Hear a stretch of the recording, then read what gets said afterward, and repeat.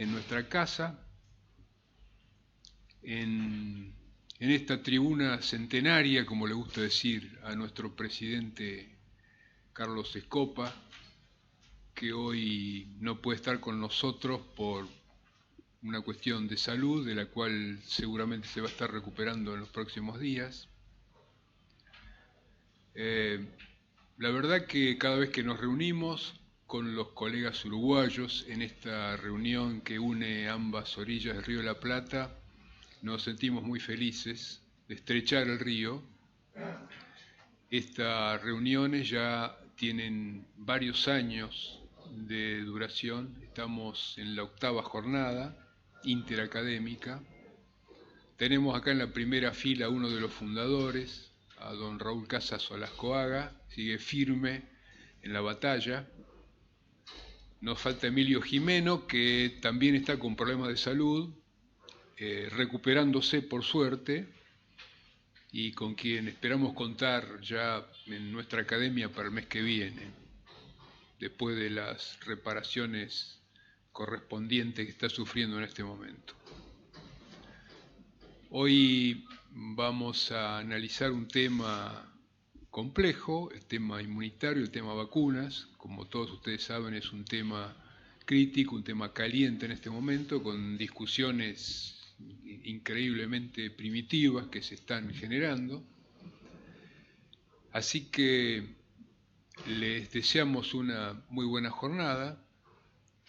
Me acompañan en el estrado Juan José Mari, presidente de la Academia Veterinaria de Uruguay, Augusto Müller, representante de la Academia de Medicina de Uruguay, a quienes voy a invitar a que digan unas palabras de bienvenida. Y bueno, vamos a tener que acelerar con los tiempos. Ustedes saben que estamos con una agenda muy apretada hoy, así que como advertencia a los disertantes, tenemos un cartel de 5 minutos y un garrote de 1 minuto. Y bueno, a los participantes que aporten y que aprendan todo lo posible, que aprovechen todo lo posible la jornada. Augusto Müller. Muchas gracias, doctora Recarte. Buenos días para todos. Simplemente enviarles un cariñoso saludo a los hermanos argentinos de parte de nuestra Academia Nacional de Medicina del Uruguay y hacernos partícipes de las palabras que se han dicho y mostrarles todo el entusiasmo que tenemos en esta instancia que tanto nos complace acudir a ella, como siempre ha sido a lo largo de las actividades académicas conjuntas que hemos tenido y que tan fructíferas han resultado. Muchas gracias para todos. Buen día. Muchas gracias, doctor Recalde, por la organización de estas jornadas de este año, a las academias de Argentina. Estos últimos años hemos hecho muchos trabajos muy interesantes. Yo creo que es una actividad que merece ser resaltada, que haya tanta muy buena relación entre los colegas, tanto veterinarios como médicos de Uruguay y Argentina, de las academias. Todas las sesiones anteriores han sido un éxito muy marcado y esperemos que esta también lo sea. Y muchas gracias por la organización de nuevo y nos vemos. A ver si las jornadas salen con todo el entusiasmo que queremos. Bueno, estamos encaminados con esto entonces. Aquí tenemos recién me acaban de acercar las conclusiones de las últimas reuniones interacadémicas que se llevaron a cabo en Uruguay en noviembre del año pasado. Así que bueno, ya ven que esto va dando sus frutos. Tenemos 2 coordinadores para la sesión de la mañana, Eduardo Palma, para la sesión de la tarde, Alejandro Schudel. Lo voy a dejar con el académico entonces Eduardo Palma para que empiece a acelerar el vehículo, a ver si cumplimos con este duro cronograma que tenemos para el día de hoy. Muchas gracias.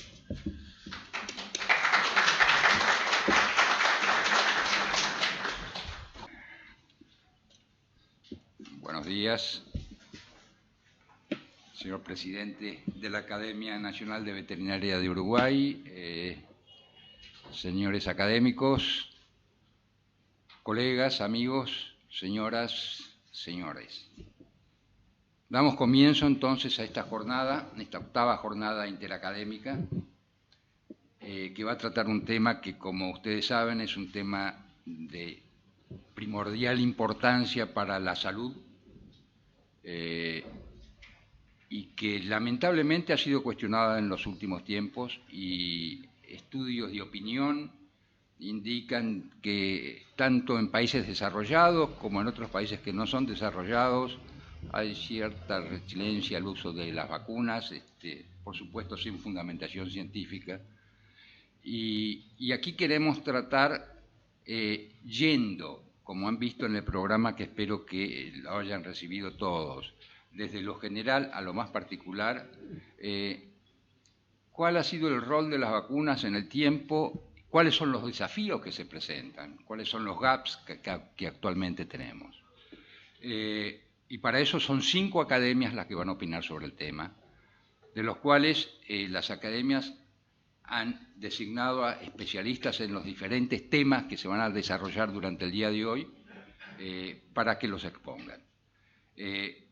Le pido a los expositores que traten de atenerse al tiempo designado y, si es posible, que acorten las sesiones, porque va a ser un día largo y tratemos en lo posible de acortarlo. La primera sesión tiene un tema general que va a ser el de la vaccinología utilizada en medicina veterinaria y en salud humana. Para ello van a exponer, en primer lugar, el doctor Fernando Fernández. Fernando fue exdirector del Instituto de Virología del Centro de Investigaciones en Ciencias Veterinarias del INTA, y actualmente es secretario de Ciencia y Técnica de la Universidad en San Antonio de Areco, es profesor de la Cátedra de Inmunología en la Escuela de Veterinaria de USAL y profesor de la Cátedra de Enfermedades Infecciosas también en la USAL. Se ha jubilado, creo, Fernando, también en el INTA. Sí. En segundo lugar, sobre vaccinología en medicina, vamos a tener el honor de escuchar al académico, el doctor Carlos Averaglio. Es miembro de número de la Academia Nacional de Medicina de la República Oriental del Uruguay y es profesor de Clínica Médica B en el Hospital de Clínicas de la Universidad de la República. Esas van a ser las 2 primeras exposiciones de la sesión primera. Entonces invitamos al doctor Fernando Fernández con las recomendaciones que les voy a recordar continuamente de atenerse a los tiempos prescriptos y, si es posible, que los acorten. Muchas gracias. Buenos días. En primer lugar, agradecer a los miembros de la Academia que han organizado este evento por convocarme a participar. Tengo la ventaja de que tengo más de 20 minutos de chapa que me han dado. De todos modos, voy a tratar de aportar con algunos segundos para hacerlo esto más corto. Bueno, este es un tema, como ustedes verán, muy general. Y es una lámina que habla por sí misma, es el problema-oportunidad que tenemos en la región y en el mundo. Hay una demanda creciente de alimentos de alto valor proteico con una población que va creciendo exponencialmente y que tenemos un deber social que es garantizar esa seguridad alimentaria y generar alimentos inocuos. La producción animal en general se ha visto también incrementada a un ritmo similar y gracias a los aportes de la genética, la nutrición, el manejo y de la sanidad, y cuando hablamos de sanidad hablamos principalmente de vacunas, podemos intensificar fuertemente los procesos productivos animales. Pero sería impensado desarrollar esta actividad sin la utilización de vacunas. Y ejemplos clásicos de esto es la enfermedad de Marek en las aves, o aftosa en bovinos, o peste porcina clásica en los cerdos. La población mundial de animales hoy de producción está por encima de los 1.000 millones de bovinos, 2.000 millones de ovinos, 1.000 millones de cerdos, y estamos en el orden de 25.000 millones de aves de corral. Y las enfermedades infecciosas juegan un rol central, pero no podemos dejar pasar que los microorganismos son muy plásticos, que mutan y que en condiciones de amplia multiplicación se instalan e invaden los territorios, y en muchos casos quizás con programas de vacunas un poco débiles, inclusive podemos posibilitar la presencia de agentes emergentes o de nuevas cepas. Pero sería incompleta la presentación si no nos planteamos de entrada que gran parte, más de la mitad de las enfermedades infecciosas de los animales son zoonosis, y que más del 75% de enfermedades emergentes se originan en los animales. Razón por la cual recientemente se ha acuñado un nuevo concepto, que es este, en el cual lo que hace simplemente es integrar la salud animal, la salud humana y la salud del medio ambiente, incluyendo los animales silvestres, en un concepto que se denomina una salud, y que de alguna manera revitaliza el enfoque del control y prevención de enfermedades infecciosas. Este es, en dos palabras, una resumida idea que se tenía hace más de un siglo, porque Única Salud ingresó al sistema a principios de este siglo, y que era que hay una interacción directa entre la salud humana y la salud animal, que son interdependientes y que cohabitan o se relacionan en el ecosistema. Y que la salud en general repercute fuertemente en el bienestar animal, el control de enfermedades infecciosas repercute también en la salud pública, en la productividad y en la inocuidad de los alimentos. Sobre este contexto muy general, introducido rápidamente, me voy a referir brevemente a cómo fueron evolucionando las vacunas y cuáles son los nuevos desafíos y los impactos. No quiero involucrarme ni invadir el terreno de la medicina humana, pero este era un viejo sistema de profilaxis, que era la variolización, que en el siglo XI se instalaba en India y en China, y que un señor que se llamaba Timony lo trajo a la Royal Society, que era una academia para mejorar, para favorecer el conocimiento de la biología, que se había creado en el año 1660 en Inglaterra. La variolización consistía básicamente en exponer a individuos sanos con materiales provenientes de individuos convalecientes. La traigo la lámina a colación porque después vamos a ver algunos ejemplos en medicina veterinaria. Pero sin duda que gran aporte lo hace Edward Jenner, ya iniciada la revolución industrial, y con una observación que los granjeros que estaban en contacto con bovinos que sufrían de viruela bovina estaban protegidos, y Jenner lo que hizo es un simple experimento con un gran nivel de empirismo y de riesgo, en el cual tomó un niño de 8 años, se llamaba James Pepys, pero tomó material de una lesión de una granjera. Eso fue exactamente el 24 de mayo de 1796, y el 1 de julio de 1976, del mismo año, es decir, 6 semanas posteriores, lo inoculó con un material virulento, y el resultado que obtuvo fue espectacular. Jenner lo que hizo con esto, presentó sus resultados a la Royal Society y le rechazaron el trabajo. Por eso que recién en el año 1798 publica con recursos propios un libro que llamaba Investigación sobre las causas y los efectos de la viruela vacuna, Variola vaccinia, y pasó a la gloria, y a partir de ese momento se hizo una intensificación de un proceso de profilaxis en el cual, con una observación muy empírica y elemental, se había detectado un elemento aparentemente vivo atenuado. Pero fue en 1840 cuando Jenner plantea la idea de las teorías de los gérmenes, que finalmente la rubrica Koch, que Koch termina siendo premio Nobel en el año 1905. Pero sin duda el gran avance lo hace un químico que se llama Pasteur. Pasteur, la verdad que parece que era un poco desordenado trabajando en un laboratorio con su ayudante que se llamaba Chamberlain, y se fueron de vacaciones y dejaron de inocular unas gallinas con cólera que estaban ensayando, y al regreso Chamberlain va a hacer el trabajo y se detecta que las aves realmente se enfermaban muy levemente.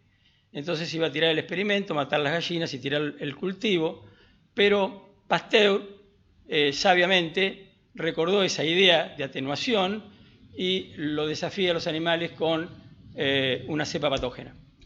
En el año 1881 lo presenta en el Congreso de Higiene de Londres y Pasteur, en honor a Scherner, a la técnica le llama vacunación y al producto le llama vacuna. Es decir, a partir de ese momento nos metió en un camino sin retorno y en un paradigma del cual no podemos salir. Pero no terminó la historia ahí, porque con esta idea de atenuar artificialmente los microorganismos, lo hizo con carbunclo y hizo una experiencia muy arriesgada. Vacunó un rebaño entero, la mitad, y la otra mitad la dejó como control, y la de mitad control se murieron y quedaron los ovinos vacunados protegidos. Y finalmente con rabia. La primera experiencia la hizo en un grupo de perros muy pequeñas, era virus lapinizado y desecado del cerebro de conejo, y hubo un accidente con un niño, que se llama Joseph Meister, y le dio 10 dosis de ese preparado y le salvó la vida. Este es el hito principal en el cual surgen las vacunas, obviamente, como ustedes verán, con un sistema absolutamente empírico.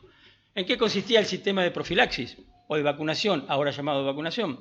Que el resultado final que se veía eran dos, o protección o enfermedad. Pero lo que ocurría dentro del individuo era una incógnita total, era una verdadera caja negra. Y si no desentrañábamos esa caja negra en el tiempo, seguramente no iba a haber evolución en las vacunas. Algunos pensadores que vienen mencionando, Mendikov en el año 1883 dice que la respuesta es celular. Había observado algunas cosas en una estrella de mar translúcida, pero había un señor que se llamaba 1890, que se llamaba Beringer, que decía que era humoral, que estaba en las células. De hecho, que había un señor que se llamaba George Nuttall en 1888, que había descrito que él entendía que había bactericidinas séricas. Todos tenían razón. A Mendikov y a von Behring le dieron el premio Nobel en el año 1901, y aparece en el 1908 una persona que para mí es el genio de la inmunología, que se llama Paul Ehrlich. Paul Ehrlich hace dos cosas. Primero, produce suero antitetánico en animales y protege a los humanos. Y segundo, presenta una teoría que dice que los individuos tenemos células y que esas células tienen cadenas laterales, que esas cadenas laterales reconocen sustancias extrañas y que esas sustancias extrañas se secretan. Maravilloso. Pero viene un señor que fue premio Nobel en 1913, que se llama Richet, que dijo, cuidado, el sistema inmune a veces reacciona en forma adversa, y describe la anafilaxia y la hipersensibilidad, que si bien no estaba tan clasificada, nos abre un gran tema a resolver. Las vacunas tienen que tener pruebas de tolerancia, y las vacunas en el tiempo van a tener que superar también, es un avance y un aporte de las vacunas. Sin duda que a partir de 1896 hay dos autores acá, Widal y Krauss, que comienzan a medir la caja negra, que era, tomaban el suero y medían si había esas sustancias que ya llamábamos anticuerpos. ¿Y qué nos facilitó esto? Junto con Bordet, que fue premio Nobel en el año 1919, porque en 1901 descubrió el complemento. Ya con la técnica de precipitación, aglutinación y lisis, podemos medir lo que pasaba en esos sueros. Y es un avance sustancial en el desarrollo de las vacunas, porque ahora tenemos la posibilidad de mensurar. ¿Qué se observaba? Que cuando inoculaban los animales para producir los sueros, sobre todo antitetánicos, que los animales que más reacción tenían local eran los que producían los mejores sueros. Entonces los investigadores de la época, allá por la década del 20, Ramón, empieza a ensayar lo que llaman los adyuvantes. La saponina en primer lugar y Freund, los adyuvantes completo y incompleto de Freund, que fueron un gran avance, porque entonces ahora las vacunas, nuevamente un descubrimiento absolutamente empírico, podía potenciar la inmunidad y la protección. Todavía no se conocía esa celulita que aparece por ahí, que después la vamos a mencionar. El año 1940, este señor, que se llama Pauling, recibe el premio Nobel en el año 1954, nos describe algo muy importante, que los anticuerpos son específicos y que los anticuerpos de alguna forma interactúan con los antígenos que nosotros llamamos vacunas. Y a partir de ese momento comenzamos de a poco a resolver un tema central de la caja negra para poder desarrollar mejor las vacunas. En el año 1964, Steel y Hell nos dicen que las células tienen receptores en la superficie, que eran las cadenas laterales de Ehrlich, y que se secretan. Fenomenal. Y en el año, 2 años después, Klaman nos dice que para que se produzcan buena cantidad de anticuerpos y haya memoria en el sistema inmunológico se necesitan de los linfocitos T. Y se describe en el año 1983, recién, el receptor de los linfocitos T.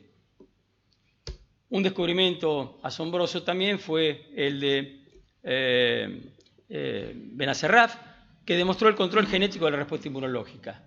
Es decir, un nuevo receptor, el tercer receptor más importante del sistema inmune. Ya tenemos la molécula de anticuerpo en la superficie, el receptor TCR sobre el linfocito T, y ahora tenemos el complejo principal de histocompatibilidad. Y que la respuesta inmune es de estas características. O sea que el sistema inmune lo que tiene son receptores extremadamente sensibles y extremadamente específicos que nos permiten responder en forma muy eficiente a los organismos externos. ¿Qué es entonces el sistema inmune? El sistema inmune lo que es una imagen especular con lo que le viene de afuera. Es decir, lee especularmente, a través de esos receptores tan específicos, realmente de qué se trata ese antígeno vacunal. El resultado de esto es que atrás de la vacuna se esconde un antígeno, y que ese antígeno finalmente implica un microorganismo que dependerá de la complejidad y la arquitectura del microorganismo, la cantidad diferente de mosaicos antigénicos que tenga. En sí mismo es una vacuna polivalente, cualquier antígeno, y que es necesario tener íntegros los antígenos. Acá viene otro componente fundamental en el avance de las vacunas, que es la inactivación. Tenemos que inactivar las vacunas o producir las vacunas respetando perfectamente la arquitectura de los microorganismos, porque el sistema inmune lo que hace es lee con mucha sutileza esa estructura, ya sea tridimensional o como corresponda. Es importante la concentración y los adyuvantes juegan un rol fundamental. O sea que nosotros teníamos el rompecabezas inmunológico armado y entonces ahora las vacunas comenzaban a dejar de ser bastante empíricas para comenzar a ser bastante racionales. El agente infeccioso es una vacuna y la enfermedad es una vacuna porque los animales que se sobreviven quedan inmunes. Y ese concepto de variolización, que en la época de los chinos y que fue traída a Inglaterra, tenía un solo inconveniente, que funcionaba muy bien, pero un 3,5% de los individuos vacunados que eran niños se enfermaban gravemente y morían. Y Jenner había sido víctima de esa situación y había pasado por un proceso de variolización importante. Tenemos ejemplos en medicina veterinaria. Ectima contagioso. Es una enfermedad que afecta el hocico de las ovejas, de los borregos, pero si les inoculamos en la entrepierna antes que se enfermen, el virus tal cual es, el virus de la naturaleza, no produce en el cuadro clínico. Otro ejemplo histórico, peste porcina clásica, pero con una variolización, yo diría, un poquito más avanzada. Se usaba la mezcla virus-suero. Entonces, de un lado iba el virus, del otro lado iba el suero, y mientras el virus replicaba y producía respuesta inmune activa, el suero defendía sobre la infección. Y después voy a decir al final otro concepto, ya que la variolización no es una técnica de profilaxis que se deba dejar totalmente de lado. Las vacunas atenuadas fueron las primeras de Pasteur y la que usó Jenner, que era una vacuna heteróloga de bovino. Son vacunas muy buenas, muy seguras y han erradicado, como vamos a ver, un montón de enfermedades. Tenemos la garantía que el virus multiplica, o el agente infeccioso o la bacteria multiplica, y todos los antígenos están absolutamente conservados. Las vacunas inactivadas, un avance fenomenal. Empezaron con los toxoides primeramente para tétano y difteria, pero después se hicieron para los microorganismos y también considerando y teniendo en cuenta que los procesos de inactivación deben ser muy eficaces, es una vacuna segura, no alteramos el antígeno y con la ayuda de adyuvantes tenemos una muy buena respuesta inmunológica. Y ya comienza en la década del 80 para adelante las vacunas de biología molecular, aparecen las vacunas deleteadas. Podemos atenuar un agente infeccioso y además de atenuarlo lo podemos marcar, o sea que tenemos una vacuna que puede diferenciar animales infectados de animales vacunados.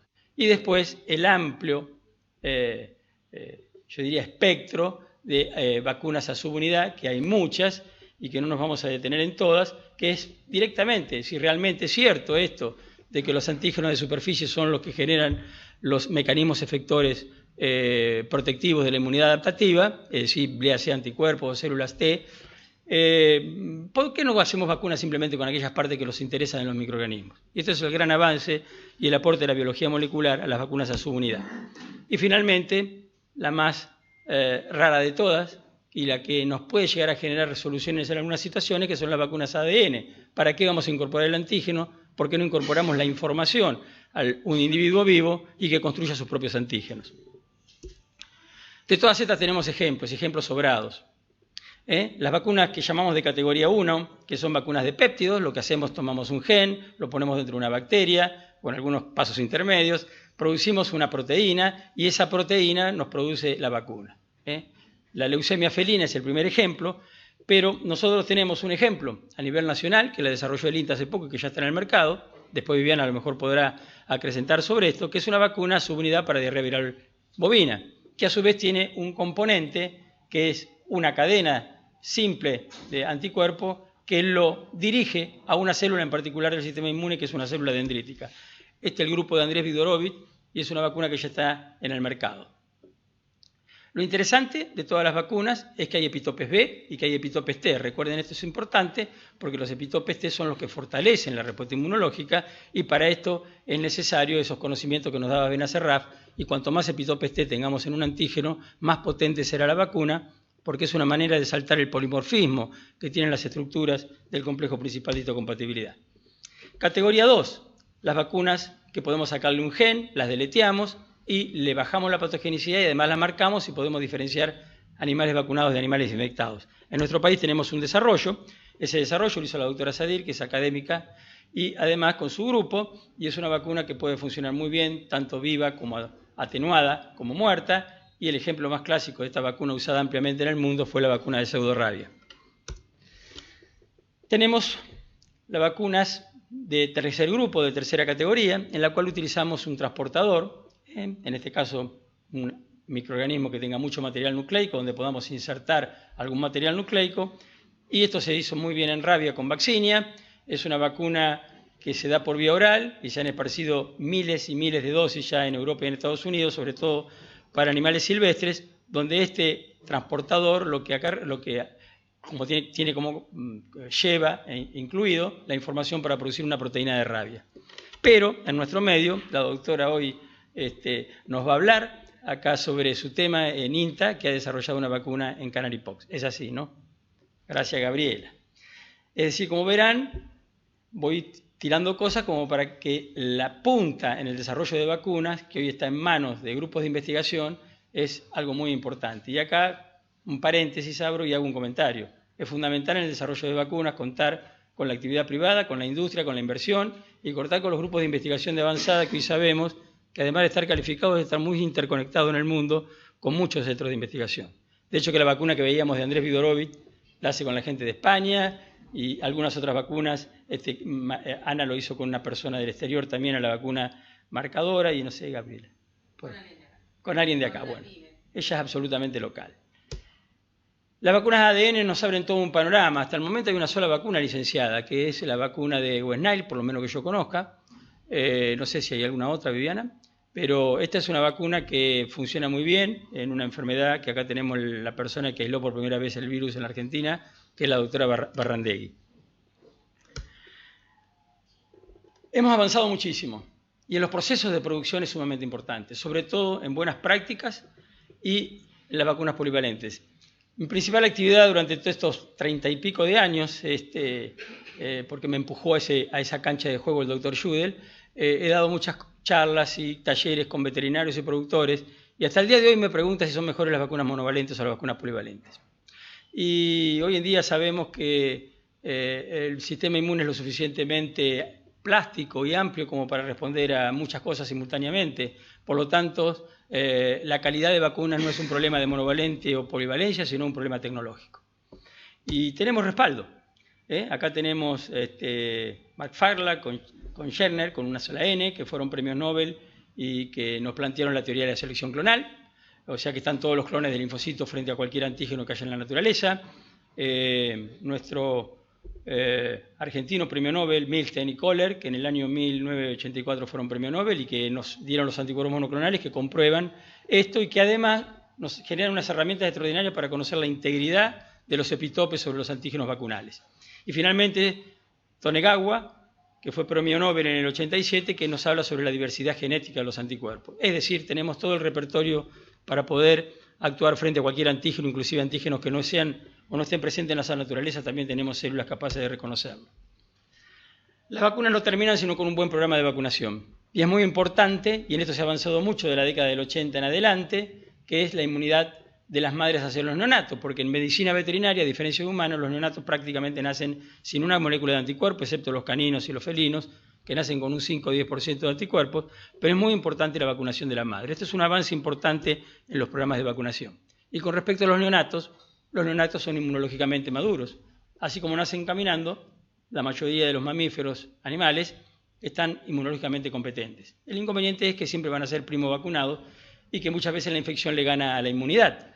Pero digamos, hay que fortalecer e intensificar los programas en animales jóvenes. Nuevas rutas de vacunación. Esto es apasionante porque yo creo que así como dije que los neonatos mamíferos nacen inmunológicamente competentes, en el último tercio de gestación ya son competentes, y acá tenemos un ejemplo extremo, la vacunación intraovo. Algún día quizás, un gap, como lo que hablaba el doctor Palma, quizás tendremos que utilizar algún sistema de delivery para comenzar a vacunar fetos en su última etapa de gestación y que nazcan primo vacunados. Ejemplos concretos. Erradicación de la peste bovina. Este es un hito, fue un programa que se inició por la OIE y se dio por libre los animales en el 2011, la Organización Mundial de Salud Animal, OIE. Es un gran avance y es la primera enfermedad, junto con la viruela, que se erradica el virus y la enfermedad del planeta. Aftosa, no voy a hablar, acá son todos aftosólogos casi, y todos hemos pasado por aftosa, pero Loeffler en 1898 fue el primero en determinar un virus filtrable, o un agente infeccioso filtrable, y con aftosa hemos avanzado a este nivel de lo que vemos acá. El doctor Maradei podrá saber bastante de esto. Y lo importante, que hay mucho para hacer todavía en aftosa. Y yo diría que lo más importante que hay que hacer en aftosa es no tener que producir vacuna con virus vivo y evitar las normas de bioseguridad.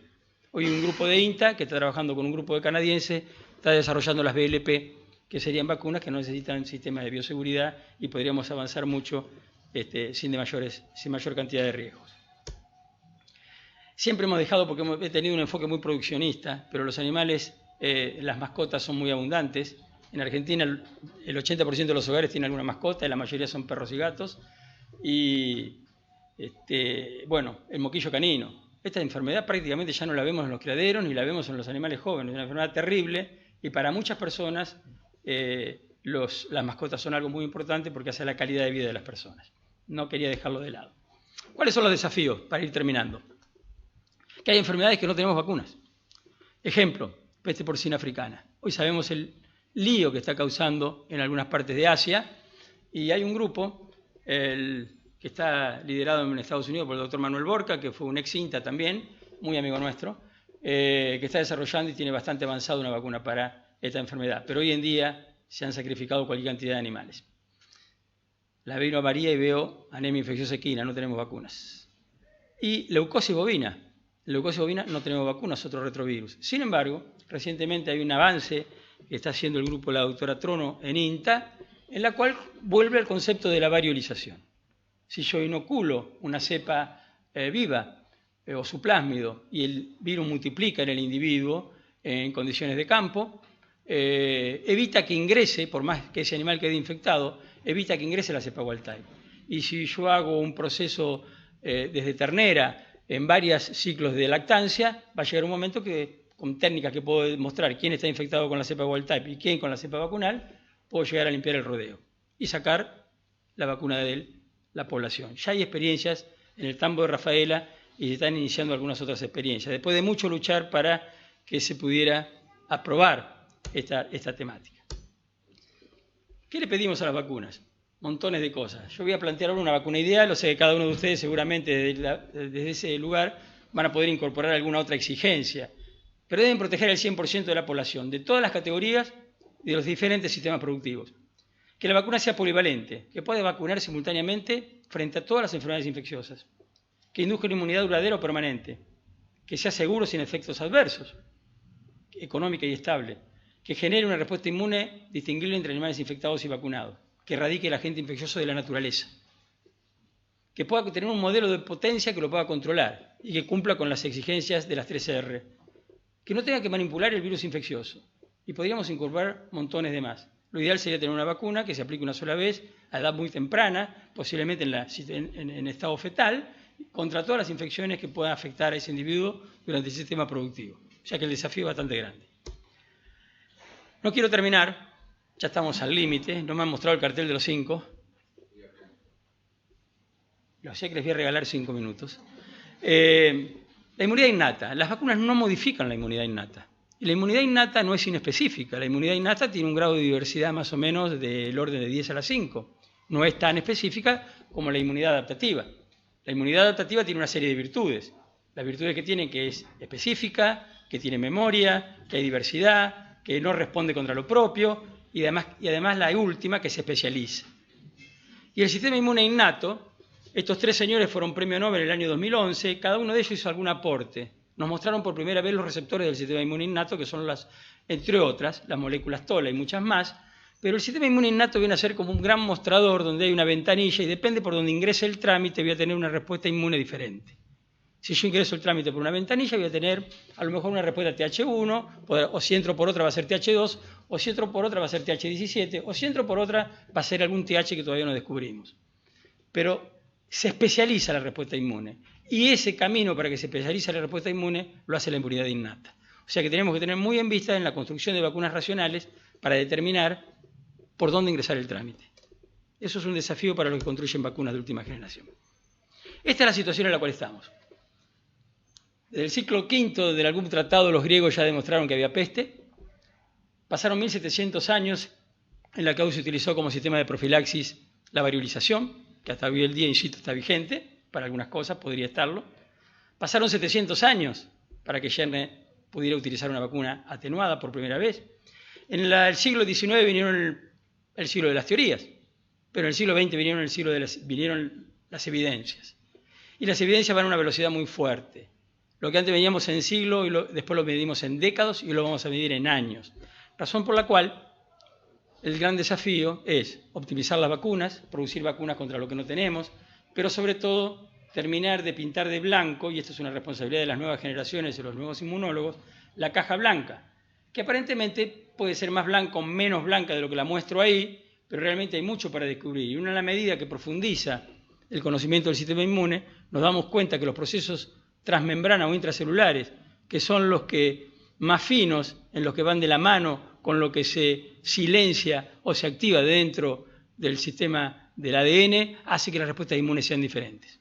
No sabemos demasiado sobre las respuestas, sobre la utilización o sobre el uso o la función de los linfocitos reguladores o los linfocitos supresores, pero digamos, tenemos muchísimo para hacer y bueno, simplemente queda en manos de la nueva generación poder terminar de pintar de blanco esta caja. ¿Estuve bien con el tiempo? Gracias.